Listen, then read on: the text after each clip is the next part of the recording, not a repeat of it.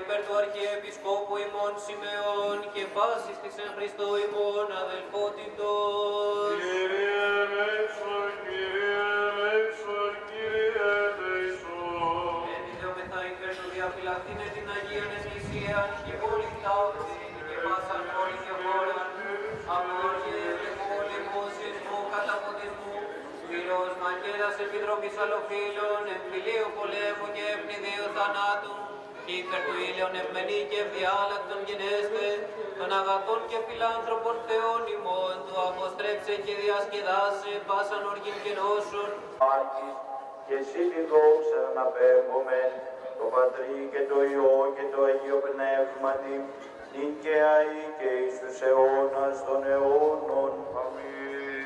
Δόξα Συ ο Θεός, η ελπίσιμον δόξα Συ. Δόξα Πατρί και Υιό και Αγίο Πνεύματι και νυν και αεί και εις τους αιώνας των αιώνων. Αμήν. Κύριε ελέησον, Κύριε ελέησον, Κύριε ελέησον, Πάτερ Άγιε ευλόγησον. Ο Αναστάς εκ των νεκρών Χριστός ο αληθινός Θεός ημών. Τες πρεσβείες παραχράτου και παναμόμου Αγίας αυτού Μητρός. Θεία δυνάμει του Τιμίου και Ζωοποιού Σταυρού. Τη χάρη του Παναγίου και του Τροπεοφόρου, που και τη μνήμη επιτελέσαμε και πάντως των Αγίων, ελεήσε και σώσε ημάς, ως αγαθός, φιλάνθρωπος και ελεήμων Θεός.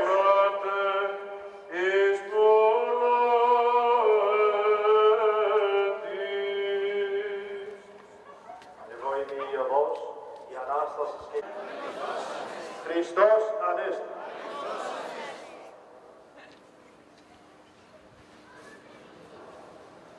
Τον θανάτου θανατού πατήσας και της εν της μνήμας η ζωή χαρισάμενον.